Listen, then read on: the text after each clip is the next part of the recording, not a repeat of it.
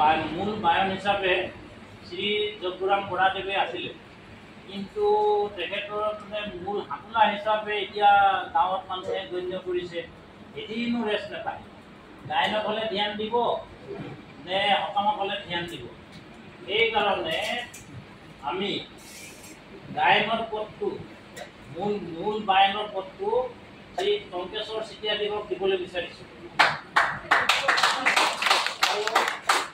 বৰা পদটো শ্ৰী হৰেণ গগৈক দিব বিচাৰিছোঁ, আৰু হৰেণ গগৈৰ সহায়ক হিচাপে হৰিকান্ত বৰাক দিব বিচাৰিছোঁ। সেইকাৰণে এতিয়া আমাৰ মূল বায়নজনে শ্ৰী যজ্ঞৰাম বৰাদেৱে টংকেশ্বৰ চেতিয়া এখন চেলেঙেৰে দি সম্ভাষণ জনাব।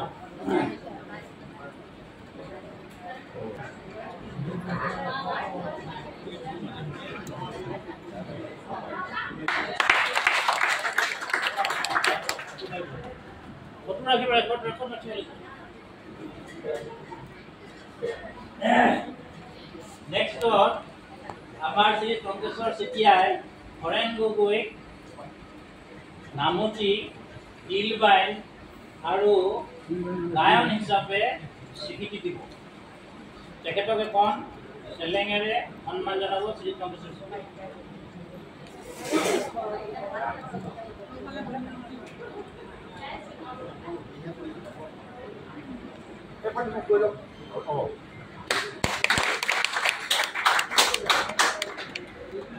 এতিয়া হৰেণ গগৈক সহায় কৰিব শ্ৰী আমাৰ হৰিকান্ত বৰাদেৱে। তেখেতক এখন ফুলাম গামোচাৰে সম্ভাষণ জনোৱা হৈছে। এতিয়া আমাৰ যজ্ঞৰাম বৰাদেৱে সম্ভাষণ জনাব।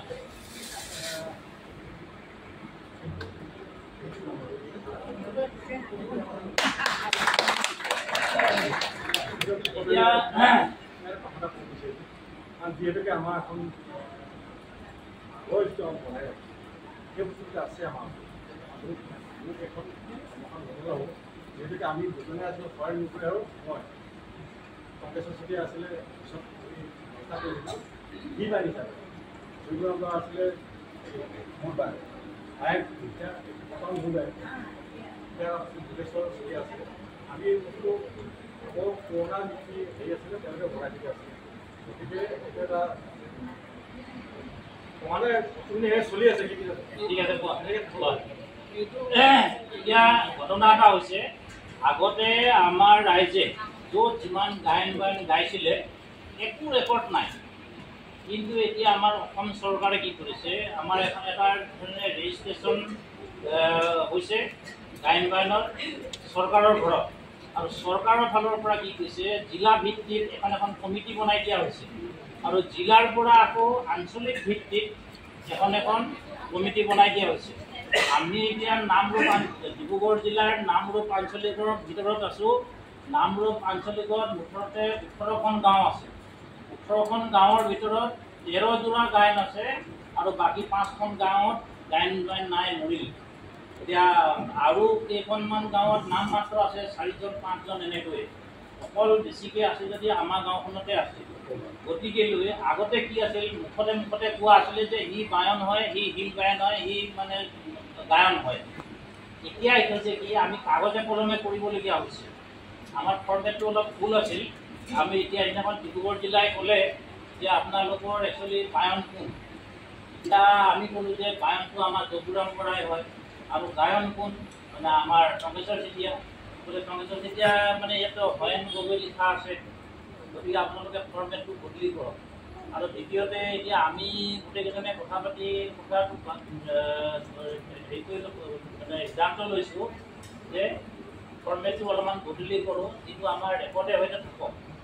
এতিয়া আজিৰ পৰা আমি অলৰেডি কমিটিত, জিলা কমিটিত আমি বদলি কৰি দিছোঁ। আমাৰ মানে হিল বায়ন বা গায়ন শ্ৰী হৰেণ গগৈ আৰু মূল বায়ন টংকেশ্বৰ চেতিয়া। যজ্ঞৰাম বৰাৰ নামটো বৰ্তমান আছে, কিন্তু আমি সেইটো কাটি দিম। কাটি পিনে মূল বায়ন টংকেশ্বৰ চেতিয়াই হ'ব, এইটো আমাৰ ৰেকৰ্ডত থাকিব। ইয়াৰ পিছত এতিয়া মানে জিলা কমিটিয়ে এটা সিদ্ধান্ত লৈছে আজিৰ পৰা মানে এতিয়াৰ পৰা য'ত গায়ন গোৱা হ'ব তাতে এখন চাৰ্টিফিকেট দিয়া হ'ব, প্ৰত্যেকজন শিল্পীকে দিয়া হ'ব। আগতে এতিয়া শিল্পী পেঞ্চন হিচাপে আমাৰ অকল যুৱকসকলে পালে অসমীয়া গাঁৱত, বাকী কোনো পোৱা নাই। এতিয়া চৰকাৰে আকৌ এটা সিদ্ধান্ত লৈছে যে শিল্পী বুলি ক'লেতো সকলোৱে শিল্পী, অকল এজনে গায়ন গায় বা এখন মূল বায়নজনে গায়ন গালেতো নহ'ব, শিল্পীটো তাল বজোৱাজনো শিল্পী, সহায়কজনো শিল্পী। এইটো কথা ঠিকে আছে বাৰু, কিন্তু মই এটা কথা ক'ব বিচাৰিছোঁ, যিহেতু আমাক গুৰুৱে তেওঁক বায়ন হিচাপে মনোনীত কৰি থৈ গৈছে, গতিকে এইটোতো কোনো ছেক্ৰেটাৰী বা প্ৰেচিডেণ্টৰ পদ নহয় যে তেওঁ ছেক্ৰেটাৰী গ'ল গায় তেওঁ হ'ব। এইটো হৈছে আমাৰ গুৰুৰ পৰা গুৰুৱে যিজনক নিৰ্বাচন কৰিব বায়ন বা গায়ন হিচাপে, সেইজনেহে বায়ন থাকিব। অৱশ্যে তেওঁৰ যদি কিবা অক্ষমতা থাকে বা তেওঁৰ যদি কিবা ধৰি লওক গায়ন গাব নোৱাৰা অৱস্থা কিবা এটা যদি হয়, তেতিয়া হয়তো ৰাইজে তেনেকুৱা কৰিব পাৰে। কিন্তু এতিয়া এনেকুৱা অৱস্থা হৈছে তেওঁ মোক দিবলৈ বিচাৰিছে, হোৱাটো একো ডাঙৰ কথা নহয়, কিন্তু এইটো বায়নজন সম্পূৰ্ণ সুস্থ থকা অৱস্থাত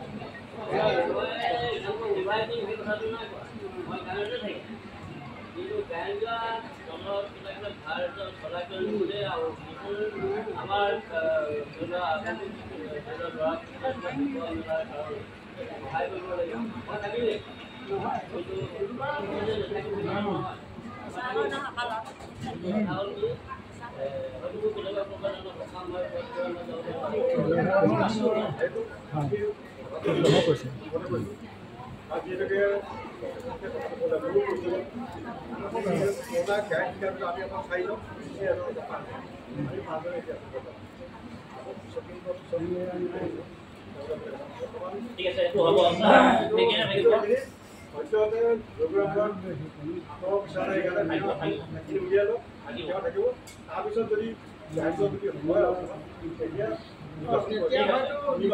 আছে। আমি এতিয়া এইটোৱে সিদ্ধান্ত লৈছোঁ যে আমি সকলোৱে সমানে মিলিজুলি কাম কৰিম, কিন্তু আমি জিলা কমিটিত কিভাৱে সিহঁতে তেখেতলোকে কি বিচাৰে আমি সেইটো বেলেগভাৱে ডিচিশ্যন ল'ম। এতিয়া আপোনালোকক চবলৈ এটা মানে অনুৰোধ, যাৰ যাৰ গায়ন শিকিব পৰা যোগ্য ল'ৰা আছে আপোনালোকে জবৰদস্তি নামঘৰলৈ পঠিয়াওক। আপোনালোকে মাক দেউতাকবিলাকে যদি ল'ৰাক ঠেলি হেঁচি নামঘৰলৈ নপঠিয়ায় তেতিয়াহ'লে আমাৰ এই সংস্কৃতিটো মৰি যাব। আপোনালোকে জানে অসমীয়া মানুহখিনিৰ বিশেষকৈ আহোম মানুহখিনিৰ জাতি নাই, আপোনালোকৰ ভাষাটোতো নাই, ভাষা হেৰুৱালে, কাপোৰখিনি হেৰুৱালে, কিন্তু ভাটিয়াল মানুহখিনি এতিয়াও কাপোৰখিনি হেৰুওৱা নাই, বড়ো মানুহখিনি এতিয়াও কাপোৰখিনি হেৰুওৱা নাই, কছাৰী মানুহখিনি এতিয়াও গামোচা হেৰুওৱা নাই, কিন্তু আমাৰ অসমীয়া মানুহখিনি কি এতিয়াও চব কিনা গামোচা লয়। আৰু ডাঙৰ গামোচা ল'লে কি হ'ব, যেন সংস্কৃতিটোৰ বিষয়ে একো নাজানোৱে।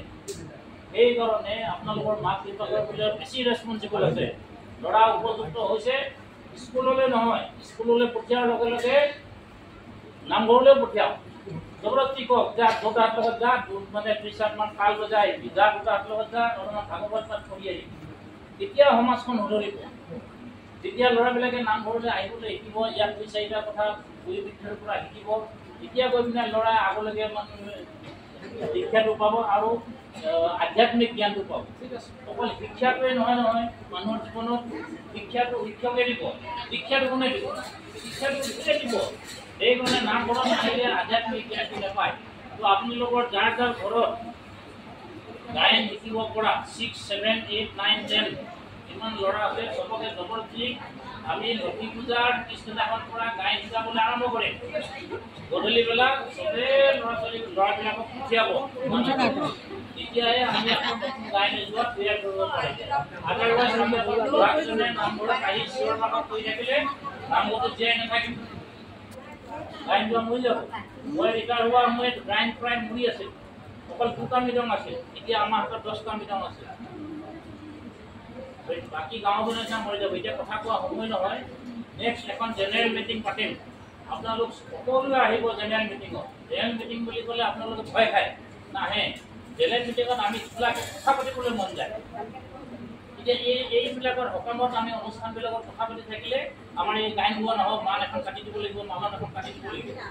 সেইকাৰণে আপোনালোকে জেনেৰেল মিটিং যেতিয়া পাতিম তাতে মই লিখি দিম স্কুলখনত পুৰুষ আৰু মহিলা সকলোৱে উপস্থিত থাকিব বুলি।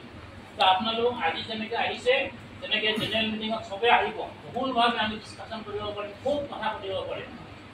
জ্ঞানৰ বিষয়ে, শাস্ত্ৰৰ বিষয়ে, গায়ন বায়নৰ বিষয়ে, স্কুল কলেজৰ বিষয়ে, সমাজত যি ব্যভিচাৰ চলি আছে আমাৰ গাঁওখনত, এটাও পৰিয়াল ভালকৈ নাই, সব পৰিয়াল গোটেই পৰিয়ালকেইটা দাগ বহা, এইবিলাক কথাও আমি মানে নামঘৰত আলোচনা কৰিব পাৰিম জেনেৰেল মিটিঙত। সেইকাৰণে আপোনালোকে চবেই আহিব, মানুহবিলাককো আহিবলৈ ক'ব, আপোনালোকেও আহিব মাইকী মানুহবিলাকেও, তেতিয়া আমি বহুলভাৱে ডিছকাশ্যন কৰিব পাৰিম কাৰ ভুল হৈছে কাৰ শুদ্ধ হৈছে।